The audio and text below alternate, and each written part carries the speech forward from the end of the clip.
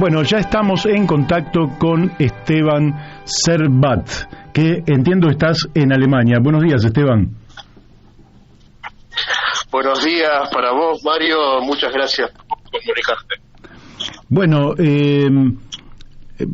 sé que están preparando una jornada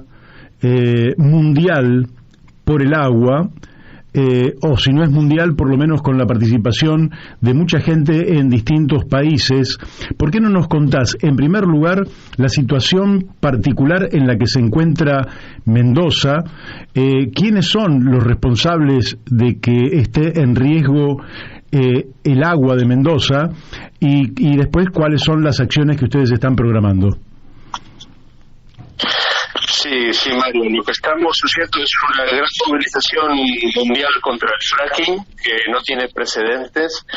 para ponerle fin a la destrucción de nuestro territorio en las provincias afectadas por el fracking en Vaca Muerta,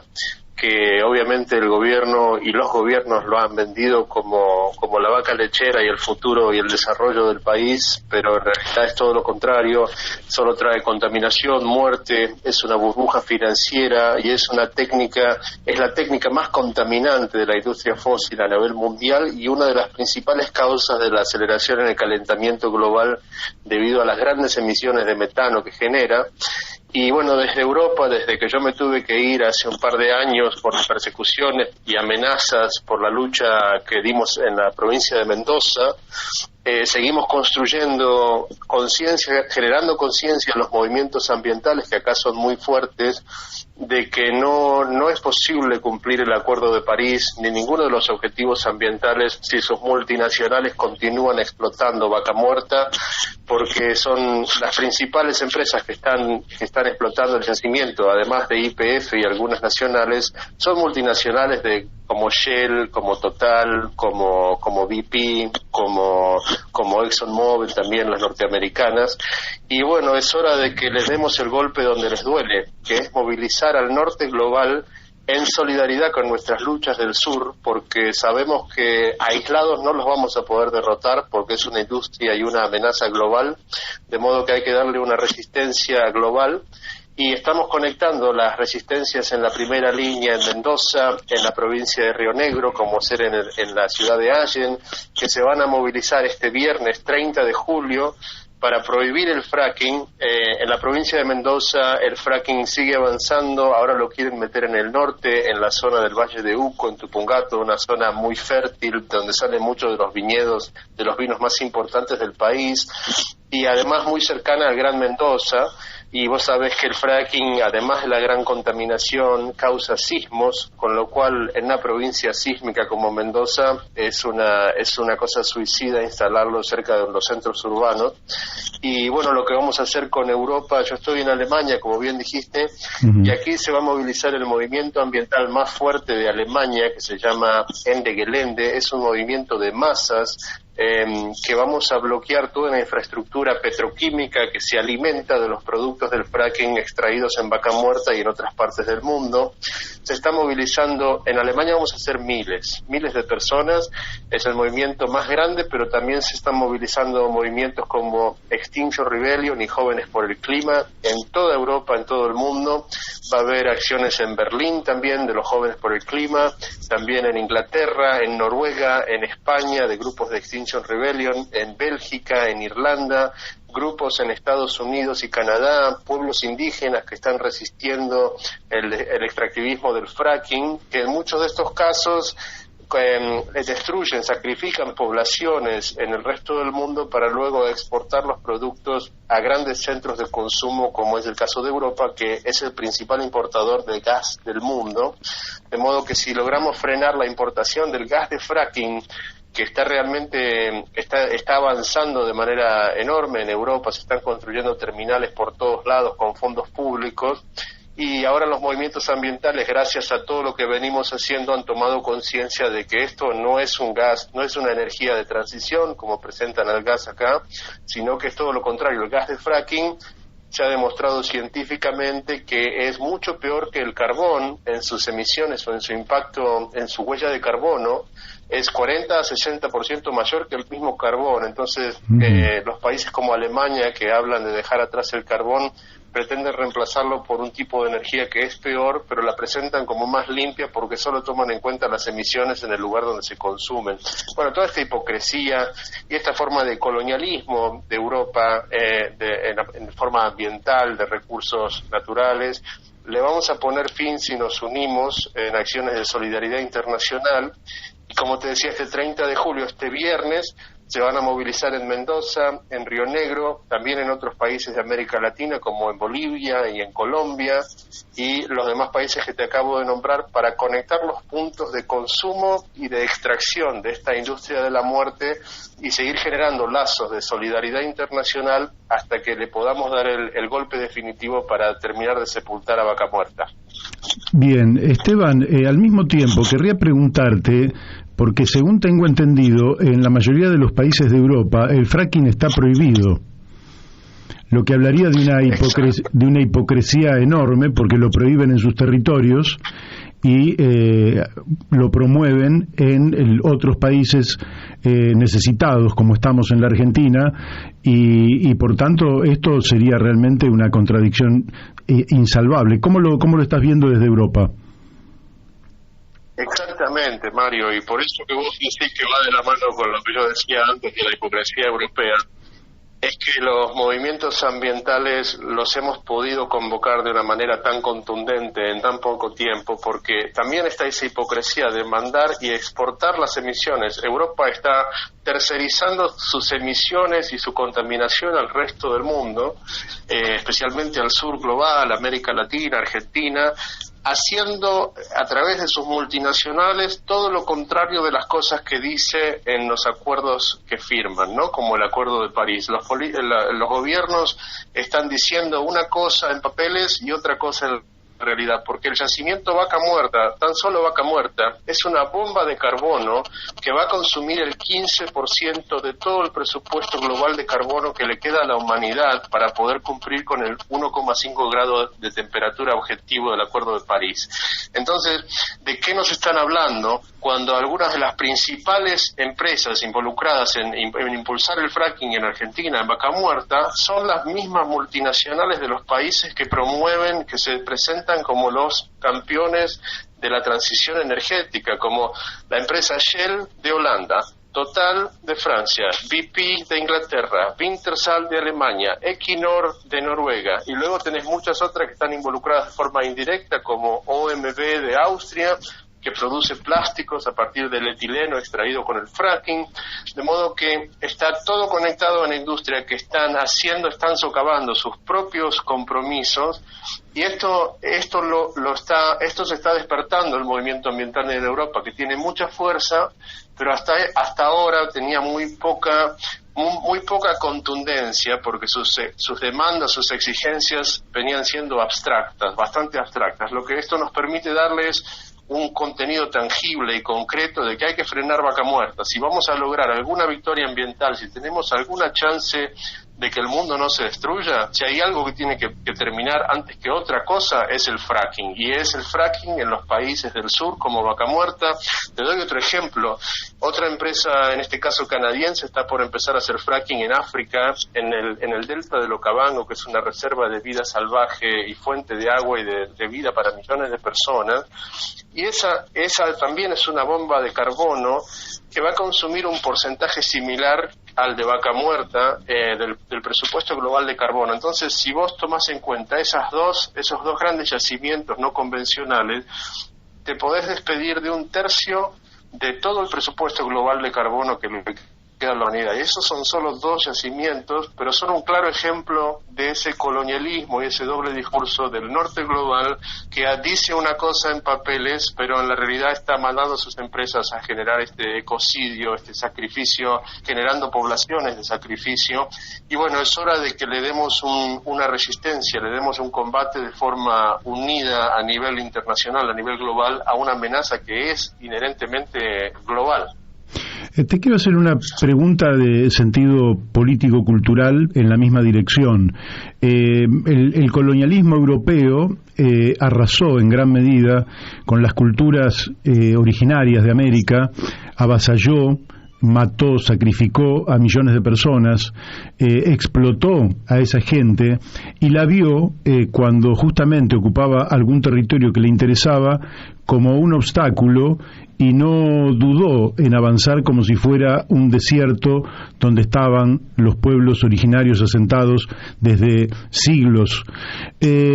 Hoy en Chile hay un cambio copernicano, podríamos decir, porque hasta hace no muchos días atrás los mapuches, por ejemplo, los araucanos, eran considerados casi como personas violentas que iban contra la propiedad privada, que incendiaban casas, estaban demonizados, si se quieren. Hubo una enorme revuelta en Chile. Esa revuelta terminó en la Convención Constitucional que se instaló hace pocos días atrás, y quien preside, Elisa Loncon, es una mujer de origen indígena, mapuche, araucana, que tiene un mensaje cultural totalmente distinta en la relación entre los seres humanos y el ambiente. ¿Esto pega en Europa o para Europa nosotros no existimos? Es una pregunta muy buena, y yo creo que en América Latina tenemos muchas más respuestas de las que nos imaginamos, y una de esas es esto que acabas de decir, porque es muy difícil romper con la forma de eurocéntrica que tienen los europeos de ver el mundo, porque incluso nosotros en Argentina, en América Latina, también tenemos una educación eurocéntrica. Entonces romper eso es muy difícil. Lo que sí yo siento es que por el lado de los movimientos ambientales se está abriendo una ventana de cambio, y se está abriendo una ventana de cambio cultural que empieza a reconocer que no tienen ellos todas las respuestas, que las respuestas a la crisis climática y a muchos otros problemas no han de salir del lugar de donde han salido todos estos problemas. Entonces, en ese camino, yo creo que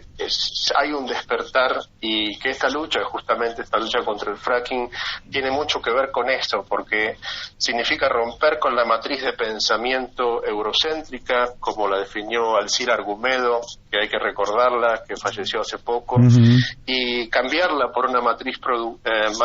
de pensamiento propia. Y eso es lo que nos está faltando, por eso tenemos tanto coloniaje cultural en nuestro país, en nuestros países,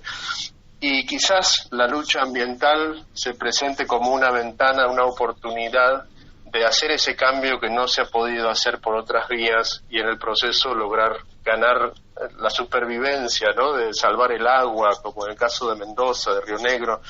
para que no nos transformen en poblaciones de sacrificio y en tierra arrasada para la ganancia de unos pocos. Dos últimas preguntas, Esteban. Una, Mendoza tiene una gran ley, que es la 7722, en defensa del agua. ¿Por qué sistemáticamente el sistema político de Mendoza, en asociación con grandes empresas, está tratando de violentar los principios de esa ley?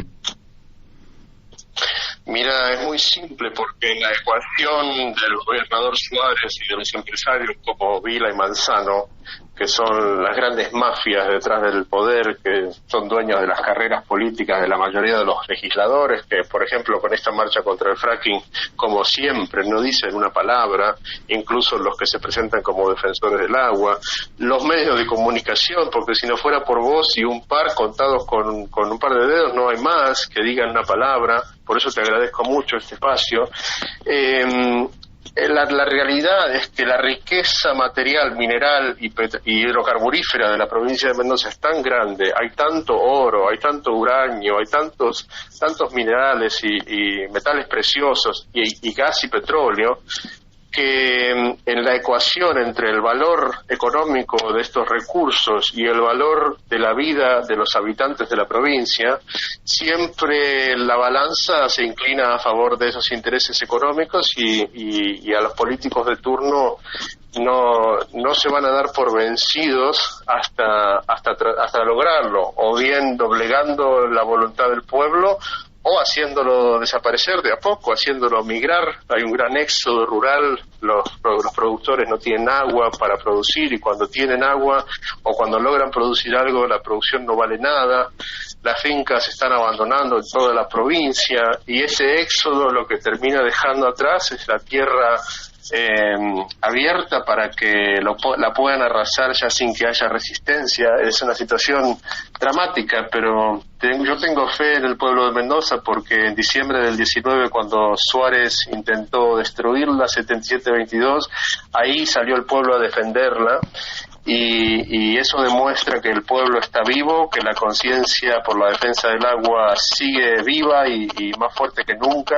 Entonces ahora solo nos queda por delante prohibir el fracking, para que vean que no van a poder seguir adelante, hagan lo que hagan y manipulen lo que manipulen. Una Bueno, la última, ahí se nos está infiltrando algún ruidito, pero ya estamos superándolo. Te hago la última. Si en una punta, en un extremo, tenemos el extractivismo dañino, contaminante, destructivo, en la otra punta tenemos modos de consumo muchas veces exuberantes, que, digamos, dilapidan recursos que no necesariamente debería ocurrir de esa manera. ¿Está el norte avanzado, desarrollado, en capacidad política y cultural de observar que debe cambiar su modo de consumo, porque si no el planeta no resiste y vamos a un desastre, a una hecatombe, a una extinción? ¿Son conscientes o están dispuestos a pagar cualquier precio para mantener los niveles y el modo de consumo actual? Mira, yo deposito toda la esperanza en esto que te decía de los movimientos ambientales, porque en ellos está la conciencia y creo que están las semillas para que el resto de la sociedad tome conciencia a tiempo. La población en general no tiene muy presente esto, pero los movimientos ambientales están creciendo mucho, y ellos sí saben que no se puede seguir con un crecimiento infinito y un consumo infinito, y que a menos que el primer mundo, digamos los países desarrollados, puedan reducir su consumo y su huella de carbono, no hay planeta que aguante, porque a medida que China y la India y otros países se desarrollan, si un habitante de China o de la India fuera a consumir lo que consume un habitante de Europa o de Estados Unidos, no hay planeta, no hay recursos que puedan abastecer eso. Los movimientos ambientales son la gran esperanza, y por eso yo estoy trabajando con todos ellos, y creo que la vamos a ganar, pero esta va a ser una lucha muy dura y de largo plazo, así que necesitamos todos los apoyos, y en eso los medios de comunicación son fundamentales, así que tu labor también es muy, te lo agradezco muchísimo. Bueno, Esteban, entonces el 30 de este mes, el 30 de julio, van a ser la gran jornada, y bueno, te voy a proponer entonces que la semana que viene nos volvamos a comunicar y nos hagas un informe sobre el balance de esta jornada internacional en defensa del ambiente, contra el fracking y contra todas las formas de explotación del territorio que en definitiva ponen en riesgo la vida de los seres humanos y la vida toda sobre nuestro planeta. ¿Te parece bien? Dale, te lo agradezco mucho, y va a ser mejor porque voy a estar con buena señal ya de vuelta en Berlín. Ahora no sé si me pudiste escuchar bien toda la entrevista, porque estoy en la zona rural del norte de Alemania para preparar esta acción y no hay muy buena señal. Te escuchamos casi a la perfección. Te mando un fuerte abrazo. Perfecto. Otro para vos. Muchas gracias, Mario. Gracias. Bueno, ustedes lo han escuchado. Hemos hablado con Esteban Servat, que está impulsando una jornada internacional en el norte. Esta es una lucha transversal.